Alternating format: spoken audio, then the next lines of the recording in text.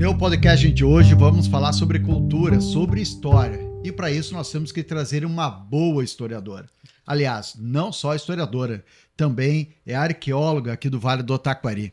Nem é do Vale, veio de fora para nos ajudar. É de Santa Maria, trabalha na Univates. Nelly Machado, professora, né, de história, de arqueologia, tem trabalhado. Prazer em te receber aqui no estúdio. Eu que agradeço o convite, gostei muito do convite, adoro falar na rádio e em microfone, eu adoro. É mesmo? Acho que isso é coisa de professor. É, eu acho. Professor gosta de Gosto, falar, né? gosto. Se não gostar de falar, não pode ser professor, né? É. Como é que... Ontem à noite eu dei aula e falei, acho que tô até rouca, falei umas 3 horas seguidas. Isso que eu não tava bem ontem, imagina se eu tivesse. Olha, esse programa tem patrocínio de Oral Única, onde nós gravamos, inclusive, este programa. Sicredi, também um grande abraço ao Luiz Mário, toda a turma do Sicredi, Caderode, Quicão Restaurante, né, do Jonas, fazendo sucesso aí, e também Santa Clara Máquinas Elite Steel. Professora, nós quando falamos sobre arqueologia, a gente fala sobre a nossa história como ser humano. Como é que é a nossa história aqui no Vale do Taquari? Quem é que habitava o Vale do Taquari antes de nós, né? Alemães, italianos, pelo duro, que nem eu, chegar aqui? Deixa eu fazer uma reparação. Uma informação, porque vai que algum sanluizense assista o teu podcast, eu acho que pode assistir, pelo que eu estou acompanhando aqui. Eu sou de São Luís Gonzaga. São Luís Gonzaga? Sim, São Luís Gonzaga, eu sou missioneira, raiz. E tive lá agora esses dias, dando uma palestra lá. A minha família que mora em Santa Maria, né? E eu tô há 26 anos na Univates, né? E é uma honra trabalhar nessa universidade, muito boa. Foi a universidade que recebeu uma arqueóloga, imagina, lá nos anos 2000, que a arqueologia nem era tão conhecida assim, né? Ainda tinha confusões entre arqueologia e paleontologia. Hoje já não mais tanto, né? Então é um prazer falar sobre arqueologia, falar sobre a história do Vale do Taquari, que para mim é uma das coisas mais interessantes que se tem. E hoje, assim, a equipe de arqueologia da Univates, a gente está num hall aí bem importante de arqueólogos que estão trabalhando o sul do país, principalmente no pós-enchente, que eu estava te falando, por conta dos sítios arqueológicos que apareceram, que foi algo... para a América do Sul foi algo bem interessante por conta desses eventos climáticos, né? E também para a gente desenvolver protocolos de emergência, né? Então, inclusive, logo depois da enchente teve um edital junto a uma fundação, a nossa Fundação de Amparo à Pesquisa aqui do Rio Grande do Sul, a FAPERGS. Nós fomos selecionados para ganhar uma verba, exatamente para a gente pensar protocolos de emergência quando há algum evento climático, não necessariamente enchentes, né? Qualquer evento. Sei. Então, no nosso caso, foi bem importante essa questão de estudar essa história mais antiga do Vale do Taquari. Infelizmente, por causa da enchente, né? E houve destruição de muitos sítios arqueológicos que nós já estávamos trabalhando, mas também apareceram outros, né? Tu perguntou da história do Vale do Taquari, né? Quem que habitou isso aqui? A história do Vale do Taquari é uma história muito de longa duração, como os historiadores gostam de pensar, falar assim, de longa duração. Não é uma história que começa no século XVIII nem no século XIX, né? É uma história que começa antes de Cristo, né? Então é um período. Eu gosto muito de falar de colonizações, né? Eu não sou uma historiadora que vai falar de que a colonização se deu no século XIX com os processos de imigração europeia, né? Eu acho que os processos de colonização se deram muito anteriormente de povos vindo da Amazônia, né? Que a gente chama dos povos Guarani, né? Tem os povos G também, depois, mais tarde, um pouquinho. São povos agricultores que foram descendo da Amazônia e chegaram aqui e tiveram essa beleza de Mata Atlântica, de um bioma muito importante, né? Não só a Mata Atlântica, mas também o Pampa, né? E esses povos, eles foram habitando e ocupando esses espaços com projetos colonizadores, né? A gente tende a chamar projeto colonizador os povos com escrita. Isso aí. Né? Os imigrantes, em Os especial. imigrantes, né? Mas esses primeiros habitantes que estavam aqui, eles também tinham um projeto, né? Eu gosto de falar assim, de pensar, pelo menos para a gente refletir um pouco que a gente dá muito protagonismo à escrita, né? A gente acha que os povos ágrafos que não tinham nenhum tipo de registro escrito, alfabético, assim, não existiram, né? Só que eles existiram há mais de 2.000 anos e estiveram aqui, tiveram projetos de habitação, projetos de início de uma ideia de cidades, as grandes aldeias, né? Os Guarani, eles têm os grandes tecó, né, os tecoás depois, né? Então essas grandes habitações têm cerca de 2.000 indígenas, né? Então hoje, se a gente for comparar, a gente tem municípios aqui que não tem 2.000 pessoas, né? Sim. E então, e nessas aldeias existiam cerca de 2.000 pessoas, 3.000 pessoas, né? Eu estava agora há poucos dias na minha terra, lá em São Luís Gonzaga, porque tem agora a comemoração dos 400 anos da chegada dos jesuítas no Rio Grande do Sul, né? Que é os 400 anos das missões. E eu estudei na minha dissertação de mestrado uma das primeiras reduções missioneiras lá de 1626. E quando os padres jesuítas chegaram, em 1620, mais ou menos, nas terras que hoje a gente chama de Rio Grande do Sul, as terras sulinas, eles encontraram uma população gigantesca de indígenas. Tanto que nessa redução, que foi o segundo povoamento oficialmente falando, o primeiro foi São Nicolau, o segundo povoamento, eles conseguiram batizar mais de 3.000 índios. Né? Então, todos esses batizados foram registrados, porque os padres registravam para conseguir a posse da terra, né? Dentro daquele processo de coroas espanholas e Portugal, briga ali, né? Entre os tratados. Ou seja, se cresciam, ganhavam terras. Sim, né? exato. E se batizavam, ganhavam terra, né? Ganhavam a posse, ganhavam o poder de cobrar impostos, né? Enfim. E então eles registravam essas pessoas que eram batizadas, né? E então aí a gente começa a deduzir que os povos indígenas estavam habitando praticamente todo isso, o Rio Grande do Sul.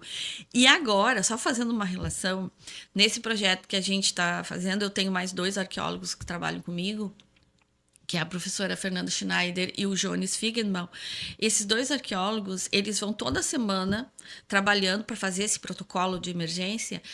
Toda semana eles vão palmilhando, que a gente chama, né? Prospectando, mas em outras palavras é palmilhar.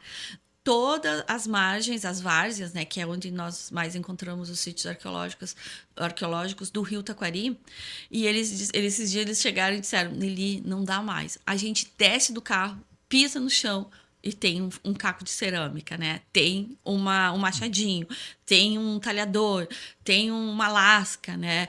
Claro que nós a gente é especializado, então a gente tem um olho, digamos, um olho clínico para detectar, né? Enquanto que talvez um agricultor, apesar que hoje a gente tem muitos agricultores parceiros nossos que ligam para a Univates e dizem: eu encontrei uma peça, talvez a professora seja de interesse. E isso é uma coisa muito legal que a gente tem aqui no Vale, né? Principalmente as margens do Rio Taquari, né? Porque eles se instalavam às margens dos rios, né? Isso é uma característica humana, né? É uma característica humana. Talvez se eu estivesse de água, né? Se estivesse aqui com um antropólogo, um sociólogo, ele vai dizer: ele está usando de um determinismo geográfico e ambiental. Pode ser, mas é uma característica que a arqueologia tem mostrado. A humanidade, ela habitou onde tem capacidade hídrica, né? Onde a gente tem facilidades de recursos... onde pudesse plantar e tivesse água, onde né? tivesse água. Água por vários motivos, não só para bebida, né? Para alimentação, como para deslocamento, mobilidade, né? E também a pesca, que é uma das melhores fontes de minerais e proteína, né? Então, a maior parte dos sítios arqueológicos são próximos aos rios, né? Claro que essa proximidade não quer dizer que eles moravam tão próximo do rio. Mas, por incrível que pareça, o Rio Taquari começou a ser uma novidade para nós agora nos últimos anos, porque antes era o Forqueta. Antes eram os arroios, né? Eram os outros rios que sempre a gente... Hoje nós temos a gente está com cerca de 200 sítios arqueológicos registrados. Só aqui no Vale do Taquari? Só aqui no Vale do Taquari. Como a gente fala registrar? A gente registra quando ele tem estrutura, né? Não só porque a gente encontrou uma cerâmica ou encontrou Ou seja, tem tem que ter uma... fogo. Tem que ter vários elementos que vão compor um sítio arqueológico, né? Normalmente a gente faz alguma sondagem, uma escavação arqueológica. Marques de Souza, nós palmilhamos todo Marques de Souza. Arroio do Meio também. Então, assim, tem vários... Mussum, Encantado também. Alguns dos sítios foram embora. Mas apareceram outros, né? Isso também foi algo muito interessante. Porque na arqueologia brasileira... tem uma coisa, assim, muito falada, que a gente vai falar de povos indígenas, a gente fala de Amazônia. A gente, dos povos indígenas mais antigos. A gente sempre fica naquele imaginário da Amazônia. Só que, por quê na Amazônia? Porque os arqueólogos, a maior parte dos arqueólogos ali da USP, eu fiz meu doutorado na USP, e a maior parte dos arqueólogos ali da USP, que são os principais, a maior universidade de formação de arqueólogo no Brasil, até pouco tempo era só lá que se formava, eles vão para a Amazônia, né? Então... Porque lá tem mais índio que aqui, né?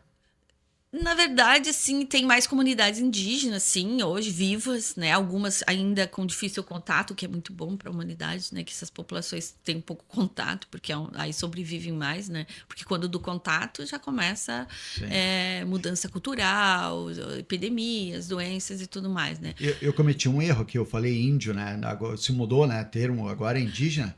Na verdade... Tá certo ou tô errado? Não, tá errado. Tá errado? Tá errado. Não é índio, não, né? Eles nem gostam de ser chamado. Eles não gostam, nós brancos que achamos uma nova palavra aí. Não, eles. O movimento indígena no Brasil, ele é muito forte, muito atuante, né? Inclusive, é bem interessante. Eu ouço e sigo muitos jovens indígenas hoje que estão com podcast também, que tem o Instagram, e eles nos dão muita aula, assim, né? De falar, assim, muitas aulas e nos ensinar como eles gostam. Primeiro que eles não gostam de ser chamado de indígenas, né? Eles têm nome, né?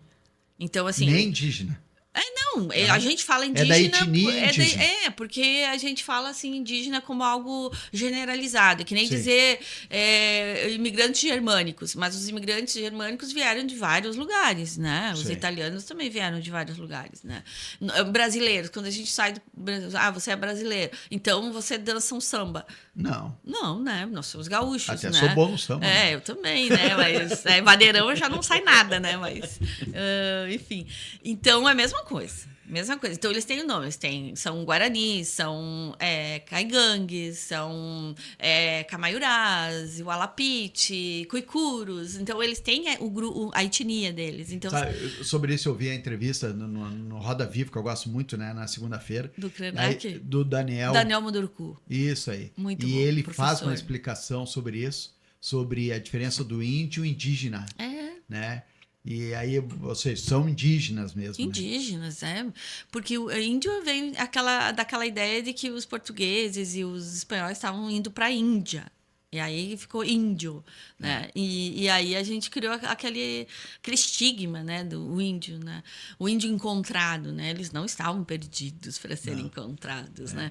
E o movimento indígena do Brasil hoje é muito atuante, tanto que a gente tem uma ministra, né, indígena, coisa histórica no país, né? E isso é muito importante, diferente de outros países latino-americanos que já tiveram presidente indígenas, né? A gente, no máximo, chegou a uma ministra. Tomara que permaneça, mas assim, ela também não tem muita visibilidade também, né? Nós, brasileiros, a gente tem uma coisa assim com o indígena. A gente ainda acha o indígena um pouco... A gente não tem professor indígena. Não. A gente praticamente não tem alunos indígenas. Hoje à tarde vai vir da Univates, hoje uma comunidade indígena. Mas por que eles têm aulas internas? Porque tem dentro da aldeia indígena em Lajeado uma escola. Tem a Foxá, né? Na comunidade Foxá. O pessoal da comunidade Foxá que vai vir na Univates para... Eles estão muito interessados em estudar na Univates. Eles já estudam na URGS, na Unijuí, na Unicinos. Eles estão se formando, né? Mas eles estão com muito interesse de vir para a Univates, porque aqui perto da Univates nós temos... 3 comunidades indígenas, se eu não me engano, né? 3 comunidades. Então, tá na hora de eles começarem a se aproximar, né? Então, isso é muito positivo. Mas a Univates está bem à frente, assim, tá andando bem. A gente está com programas de inclusão, né? Tanto para pessoas negras, né, das cotas raciais, quanto para pessoas indígenas, né? Então, eles vão chegar, vão se aproximar, né? E isso é algo muito positivo, né? E o estudo faz parte. Eu lembro de um pronunciamento de uma indígena brasileira, se não me engano foi na ONU, faz alguns anos atrás, e ela falou em inglês e usava um iPhone. E foi muito criticada nas redes sociais, diz como uma indígena, né? Utiliza um telefone, indígena não pode, como se o indígena tivesse que ficar o tempo todo na sua tribo, morando em oca, tomando banho no arroio, né? Não é mais assim, né? Não, nem deve ser, né? Nem assim. deve ser. É a mesma coisa perguntar para um imigrante germânico por que ele não usa tamanco de pau. Deveria usar. Não, né? Por que eles não se vestem como se vestiam há 200 anos atrás? Deveriam se vestir. É da mesma forma. Agora, uma dúvida, eu vim para cá pensando, como é que eu sei que essa cerâmica tem tantos anos? E como eu sei que os indígenas estavam aqui antes de nós, tantos anos, de uma maneira quase que precisa, como é feito isso? Datação. Química e física. Química e física. Química e física. Quando nós estamos escavando, né, a gente seleciona uma área, né, e ali naquela área a gente faz um controle. É quase como quando está fazendo uma cirurgia, assim, uma cirurgia de abdômen. Assim. Você pega bota um pano ali, né, que para fazer a cirurgia isola aquele material. É exatamente isso que a gente faz. A gente pega uma área e ali vai um especialista e coleta carvão, fragmentos de carvão. Então já é um lugar bem direcionado, específico. Não é aleatório. Não é aleatório. É uma metodologia. A metodologia arqueológica, ela é super criteriosa, né? Essa coisa de, por que tu não escava aqui, por que tu não escava ali? Porque a gente segue uma metodologia científica, né? Com todo um protocolo, isso é muito importante de se falar, então, por isso que a gente pede, assim, quando encontrar um material arqueológico, chamem a gente vai até aí, aquela história por isso que é muito importante falar, sabe? Porque ter oportunidade de falar, porque as pessoas ainda têm, assim, que, o medo de perder a terra, né? Arqueólogo nenhum nunca teve na história do Brasil que arqueólogo tenha tirado terra de pequeno produtor, tá? Não existe.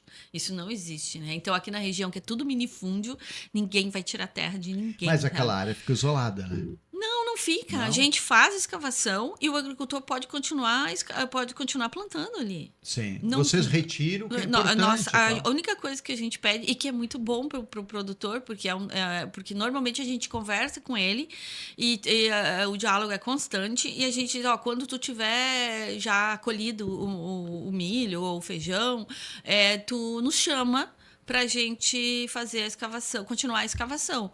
E aí, quando ele está arando a terra, ele nos chama para a gente acompanhar o processo de aração, então a gente acompanha. Quando é um sítio arqueológico de maior interesse, né? Mas a gente não impede que haja plantio de forma alguma. Nunca no Vale do Taquari, em 26 anos, a gente nunca impediu o agricultor de continuar a sua plantação.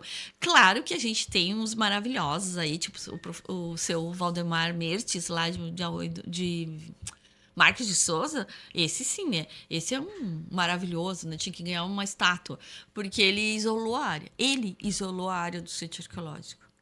Ele foi lá, botou cerca e disse, aqui vocês Ninguém mais mexe. Nem o gado entrava. Só vocês. Só vocês. Aí nós todos os anos íamos lá, né? Tanto que um dia a primeira tese de doutorado que foi defendida na Univates sobre o tema, nós levamos para ele e fizemos uma foto dele, porque todo ano a gente tira foto da equipe com ele, né? E levamos para ele. E ele é uma pessoa fora do tempo, assim, né? Porque é muito raro isso, né? E tanto que nos eventos de arqueologia a gente sempre fala dele, até para mostrar o quanto nós conseguimos, né, com a educação patrimonial, né, conversando com ele, né, mostrando, apresentando, que ele tivesse esse tipo de atitude. Óbvio que ele é um diferencial, né? Uma pessoa ajuda muito.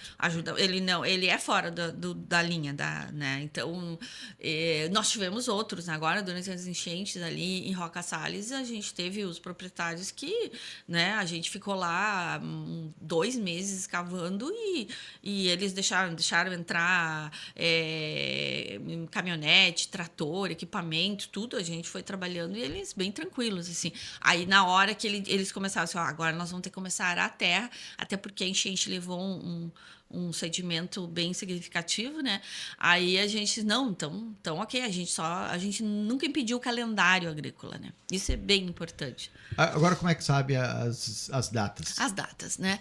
E então a gente isola essa área, aí vai um especialista lá com os materiais cirúrgicos, literalmente é material de dentista, é com as pinças e aqueles negocinhos de tirar a tártaro, né? Agora não vou me lembrar o nome. E ali a gente coleta com luva, tudo, coleta carvão, a gente coleta sedimento, normalmente um sedimento mais escuro. Por que um sedimento mais escuro? Porque a gente chama de terra preta. É um sedimento onde é rico em gordura. Isso é bem importante. E onde tem cerâmica e talvez algum lítico, que é uma lasca, uma pedra lascada. Então, isso a gente coleta. Normalmente, a gente coloca em sacos específicos, embalagens específicas, né? E aí, a gente sela aquilo ali. Tudo é registrado via georreferenciamento, GPS, essas coisas. E aí, depois disso, nós mandamos para os Estados Unidos, né? Tem 2 grandes laboratórios nos Estados Unidos. Um fica em... Ah, não é feito no Brasil. Não. E lá nos Estados Unidos eles conseguem identificar a data lá próxima. Eles dão eles dão a data de carbono 14, né? Todo elemento orgânico ele tem carbono, né? E então a gente consegue saber quanto que aquele sedimento foi manipulado, a gordura. Agora nós inclusive encaminhamos, tem um material nosso que foi para a Itália. Né? Foi para a Universidade de Bolonha. E lá na Universidade de Bolonha, tinha uma outra, para ver como funciona a ciência, né? Tinha uma outra equipe da República Tcheca, de Praga ali, e eles acharam bem interessante aquele material e levaram uma parte desse material para fazer uma análise bem específica lá, que é uma análise dos dentes, para saber a dieta alimentar dos indivíduos, né? Isso é muito importante. E tem como saber isso? Tem como saber. Milhares de anos depois. Milhares de anos depois. Tem como saber. Tanto que agora... O que a gente come agora, daqui milhares de anos, fizer uma análise, vai saber o que eu comi. Fica registrado no dente, fica registrado no osso e fica registrado... algumas vezes a gente consegue, inclusive, esse sedimento que compõe um sepultamento, por exemplo, que está próximo do sepultamento, quando a matéria orgânica, a pele, as vísceras, né, o músculo se decompõe... Tudo isso fica registrado, fica ali no sedimento, fica grudado no sedimento. É um DNA, exato, isso aí. Então, a gente faz essas análises. Na verdade, não somos nós, aqui do Sul, que fizemos, né? A gente sabe o método, sabe a técnica, mas não tem os equipamentos, né? E isso é bem caro, né? Mando para fora do Brasil. A gente manda. Hoje, atualmente, a gente mandava bastante tempo para Flórida, um laboratório da Flórida. Hoje, só que tá caro, né? Então, a gente achou um outro laboratório que é bem parceiro, que fica em Irvine, né, nos Estados Unidos, na Universidade de Irvine. E lá a gente junta datações de vários arqueólogos do Brasil. A gente junta 10 datações e manda junto, que daí a gente ganha desconto. Claro. Agora, a data dos primeiros indígenas aqui no Vale é de quanto? Que nós temos conhecimento? A gente tem os caçadores-coletores, né? Que a gente chama os caçadores-coletores, que eram os povos pampianos, né? Que no Brasil a gente tende a chamar de charruas minuanos, né? A gente apelidou eles de charruas minuanos. Mas aqui na região tinha também, porque eles têm uma cultura material muito específica deles. Que os Guarani e os Caigangue, não, os G, né? Eles não usavam, né? Que era um tipo de ponta de flecha, um tipo de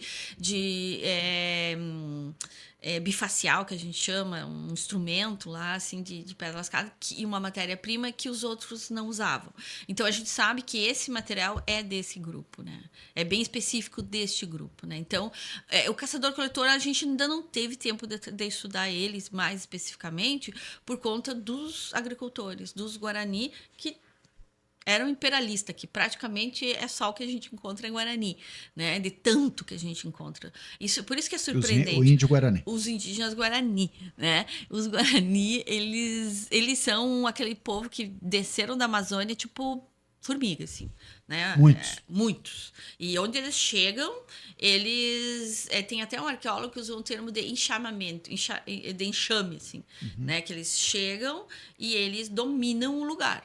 E aí e daí fazem guerra, são territorialistas, né? Plantavam. Aí eles plantam, né? Eles dominam o ambiente ali, né? Claro que não, eles praticam agricultura, né? Mas não uma agricultura de desmatamento, né? Bem pelo contrário, é uma agricultura de coivara, né? Então isso a gente encontra muito no sítio arqueológico, que são essas áreas queimadas. Por isso que fica essas terra preta. Porque eles queimam uma área e plantam em cima daquela queimada para nutrir a terra. Já sabiam que a queimada era importante. Na verdade, eles fazem uma espécie assim, de permacultura, né? Misturam muitos elementos. Misturam desde o feijão, de tubérculos, tudo abóboras, tudo espaço. no mesmo lugar. Milho, né? E essas roças, elas eram tudo misturadas, né? E que data que eles chegaram? Nós temos isso? Aí agora temos. A gente tem datas desde do ano de Cristo, 2000 anos atrás, mas o auge do império deles, o auge foi mais ou menos há 600 anos atrás. 600 anos atrás, aqui, eles dominaram.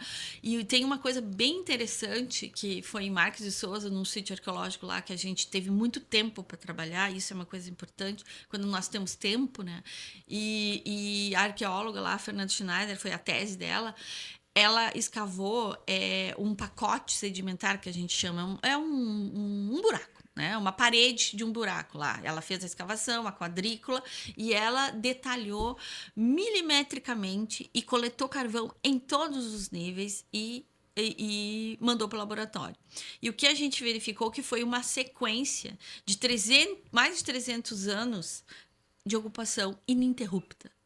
Então, assim, é uma área que foi ocupada por mais de 300 anos, isso a partir... Em Marques de Souza. Em Marques de Souza, a partir de 1380. Então, no ano de 1380, nem os espanhóis não tinham chegado na América, nem portugueses, né, ninguém. Em 1380, eles começaram o império deles e foram até 1600, que é quando os espanhóis chegam aqui, né? Então, esse período é um período que eles ocupam sem parar. Nenhum momento, aquela coisa que a gente tem, que o indígena que os povos indígenas mais antigos, eles são nômades, né? Eles ficam num lugar. É que o nomadismo é algo bem... É um conceito, né, que a gente chama assim, o nomadismo pode ser um mês ou como pode ser 100 anos. Neste caso, 300 anos. Neste caso, 300 anos, né? E outra coisa que a gente observa também é o tamanho das panelas. Eram panelas, assim, são milhares de cacos, fragmentos e panelas inteiras também. Tem panelas, assim, são mais de 500 tipos de panela. Então, nenhum grupo vai fabricar tanta panela para ficar 100 anos, né? Então, a ideia era eles ocuparem por muito tempo, como na Amazônia, né? Que eles têm mais de 6 mil anos de ocupação. A ideia era essa, era permanecer. O que interrompe esse grande império Guarani? A chegada dos espanhóis aqui na região. Os espanhóis estiveram aqui na região em 1600, né? Teve tentativa de redução aqui no Vale do Taquari, né? E os jesuítas estiveram aqui. Só que o Raposo Tavares chegou antes. E aí ele preava os indígenas, né? E levava para São Paulo, né? Sorocaba, a região lá e para o Nordeste, enfim, o tráfico, né? Dos indígenas. Raposo Tavares, que era português, né? Raposo Tavares é um bandeirantes paulista, né? Português, lá de São Paulo. Ele foi um dos maiores criminosos da história. Se um dia tivesse que falar isso, eu falaria. Raposo Tavares, eu li, agora me corrija, professora, de que Raposo Tavares, inclusive, que ficava principalmente do lado, né, de lá do Rio Quendesse, o rio lado esquerdo do Rio Taquari, Roca Salles, Colinas, Estrela, Bom Retiro, essa região Raposo Tavares. E que matava muita gente, inclusive, indígenas, né? Raposo Tavares. Quem não conseguia acompanhar aí nas expedições com bandeirantes até São Paulo, ficava onde ali, Corvo, né? Por isso que tem o nome de Colinas, cidade de Colinas, antiga, Corvo. Tu leu o livro? Sim. Fomos nós que escrevemos ali. Mas o Raposo Tavares, ele tinha uma técnica, né? Ele não queria que os indígenas fossem mortos, porque era mão de obra. Sim, era dinheiro. Era dinheiro. Então, ele não tinha ideia de matar. Ele juntava os indígenas e a gente chama de prear por causa do gado, né? Que é uma técnica de gado, juntar o gado, prear o gado. Ele fazia a mesma coisa que os indígenas, né?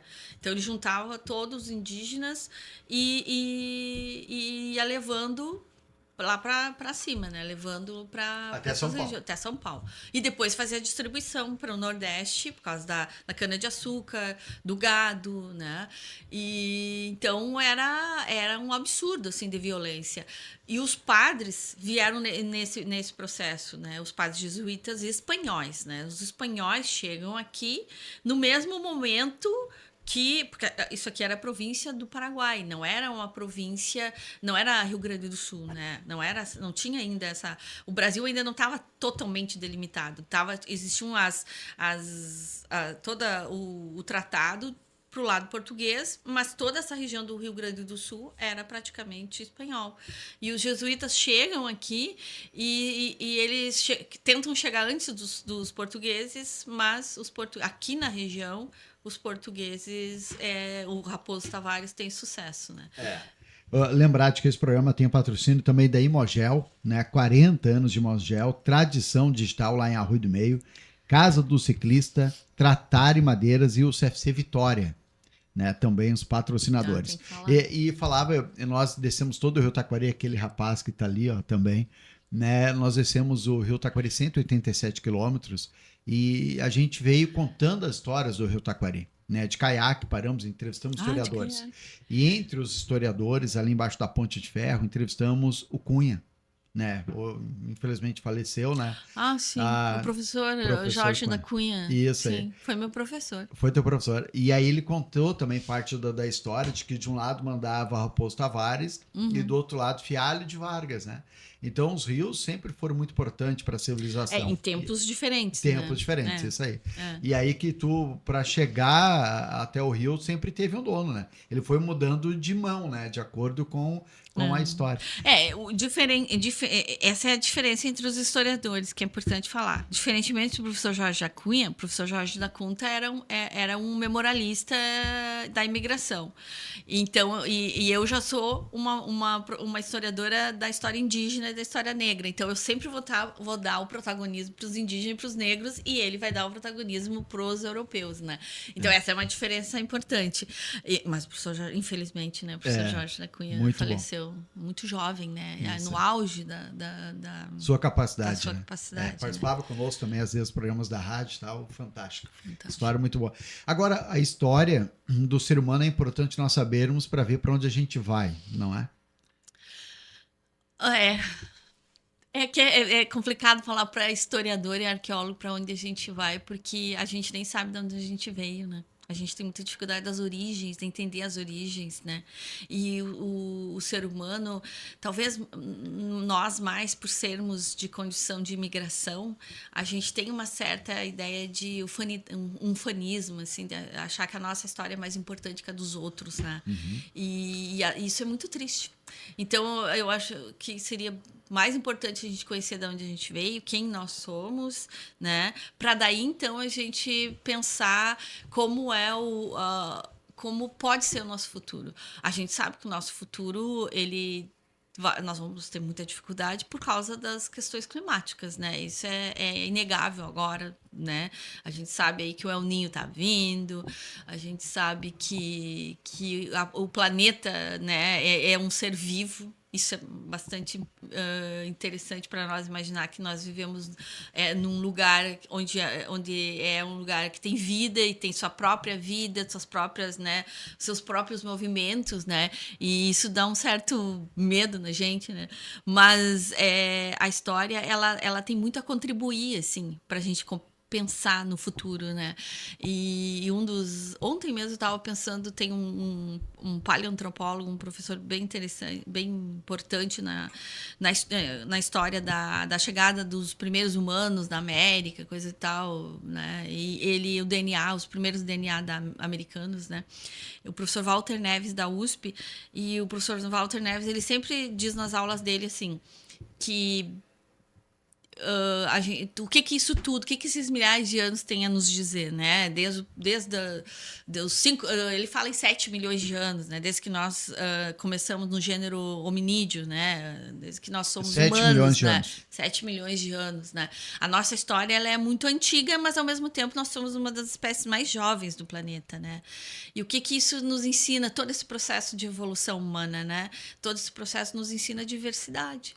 Nos ensina que somos diferentes, que se estamos aqui foi por causa das diferenças, que a gente conseguiu se juntar com os diferentes. E pela diferença, era importante sermos diferentes para sermos mais fortes, para termos estrutura, para conseguirmos dominar os territórios, alcançar os territórios, o que era muito difícil alcançar, passar de uma cordilheira para outra, passar de uma montanha para outra, passar de um rio para outro. Tu nunca não conseguiria fazer isso de forma individual, né? Térmica, sem calçados adequados. Sim, não, mas eles tinham, né? Tinham couro, gordura, ossos.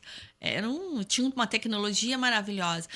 Aí, esse é um outro problema de falar comigo. Eu sou arqueóloga e trabalho com tecnologia antiga, lítica. E eu sempre, ontem, né, eu estava na aula de arqueologia e a gente trabalha com lítico.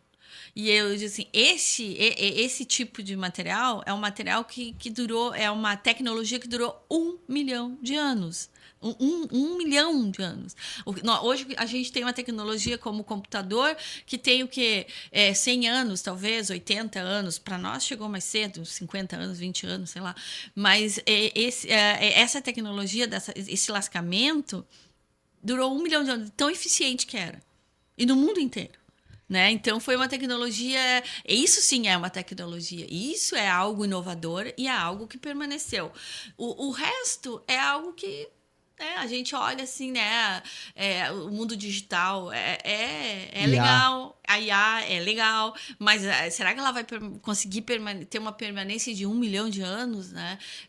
Então, se a gente olhar no passado, a gente tem tecnologias, toda essa população, esses humanos que migram, né, lá do sul da África, né, a nossa origem, né, africana, do sul da África, e ocupa todos os espaços do mundo, do planeta, ilhas, né, entendendo que tem o período da era glacial, tem o período dos degelos, né, esses humanos, eles foram perceptivos, eles observaram o planeta, eles viram o movimento do planeta e foram seguindo e acompanhando essas estações, essa sazonalidade.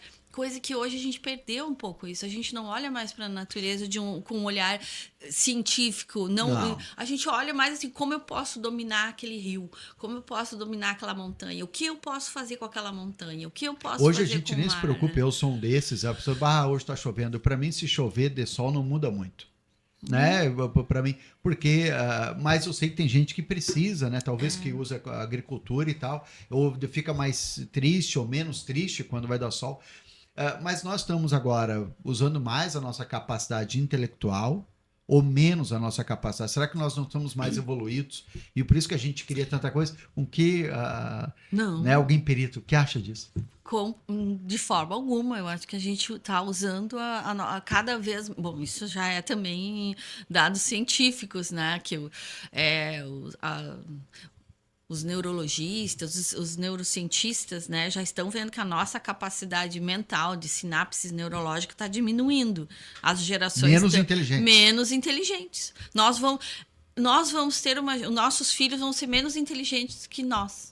Tem até um artigo científico bem legal, que é a primeira vez na história que uma geração posterior vai ser menos inteligente que os pais, né? Metafórico, mas é real. Se a gente olhar 7 milhões de anos, né? Tudo que foi criado, né? Toda essa capacidade de cadeias operatórias de materiais, nós conseguimos, dentro do processo evolutivo, não só biológico, do nosso corpo, se adaptando às situações e nos obrigando, a gente se obrigava a se adaptar às mudanças climáticas, ao ambiente, mas a gente também criou tecnologia, a gente criou roupa, a gente aprendeu a usar os ossos dos animais, a gordura dos animais. Saber como caçar. A O caça, certo. a caça. Olha, imagina quantas Pescar sem anzol. sinapses neurológicas é necessário para inventar, criar algo para, primeiro, identificar os animais, olhar, observar. Quantos dias, quantos meses, talvez estações, eles ficavam observando o movimento dos mamutes, né? E como matar os mamutes, né? E não podiam, eles pensavam assim, não dá para matar tudo de uma vez só, porque senão na próxima estação Não a tem gente geladeira não também. não tem geladeira. Então, como que nós criamos tudo isso? Então, Né? para a doutora pegar um indígena aqui pegar do Vale do Taquari, 600 anos atrás, né, quando apareceram, 600 anos, e um morador atual daqui, o Joel, o Jonas ou qualquer outro, o indígena vai ser mais inteligente do que desenvolvia mais Com habilidade. certeza. Absoluta. É mesmo? Quando tu fala Me senti agricultor. um burro agora. Quando tu fala. Acho que todos nós. Todos nós. É dela que eu acordo. Sim. É verdade, eu também me senti um burro agora. Eu também. Mas quando a gente tá falando de agricultor, né? Eu gosto dos agricultores, pelo menos os pequenos agricultores com os quais a gente tem convívio. É bem interessante porque quando vem a chuva, eles já sabem que vai vir a chuva, porque as pessoas vivem diretamente na natureza, Sim, né? sim. Então, assim, eles não se assustam com a chuva, né? Se assustaram, obviamente, com essas enchentes. Mas foi uma enchente. As pessoas mais antigas falaram assim, ó, a enchente de 2010, nós fomos até alguns desses lugares para a gente ver como o rio estava se movimentando, que isso é importante para nós, para a gente saber como as camadas de sedimento vão ficando em cima dos sítios, né? Como que o sítio vai se comportando. E aí a gente conversava, e daí os mais antigos diziam, professora, mas isso sempre teve. Quando os nossos antepassados contavam que o rio subia bastante. Tanto que as nossas casas tinham que ser mais distantes das primeiras barrancas do rio. Então, o agricultor, o agricultor nato que está ali, ele sabe, por exemplo, quando vai ver as formigas, ele observa o movimento das formigas, o movimento dos insetos, o movimento das aves, né, até da força da água. Então, a floração. Então, tudo. É um olhar que nós não temos, porque a gente não convive com isso.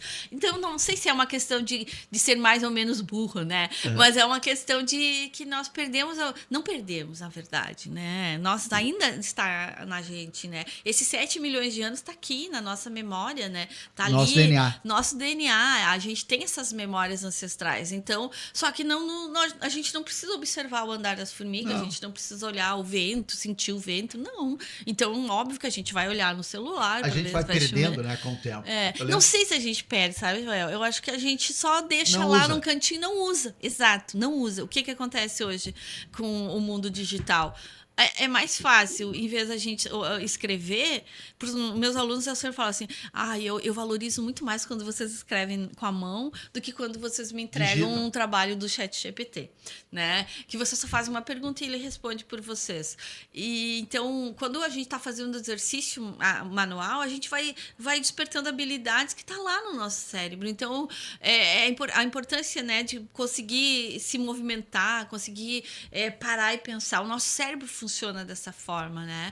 E então o problema é que a gente está mais parado, né? A gente está se satisfazendo com a inteligência artificial, que é algo bem positivo, é algo bom, é uma criação humana, mas não sei até quanto isso vai nos ajudar ou vai durar, né? Eu tenho um filho de 19 anos e a gente fala muito sobre isso, ou seja, saber fazer as coisas, né? Porque talvez tu seja perito, PhD em alguma coisa, mas não sabe trocar uma lâmpada, não sabe ligar uma tomada, não sabe trocar um pneu de um carro, identificar um barulho do carro. Eu acho que não dá para perder essas coisas, né? E tantas habilidades que a própria mulher tinha, né? Que a gente vai deixando de lado e que hoje não tem. Concordo. Mas vou ter que lhe trazer outra vez aqui. Pode vir outro dia, não? Mas com certeza, eu adoro falar. Tu percebeu, né? Percebi. Em nome de Mercadão dos Óculos, também nosso grande parceiro, Compensados Lajado e Preto Materiais de Construção. A Nelly, o sobrenome é Galarce. Galarce, lá das Missões. Das Missões. Que origem é Galarce?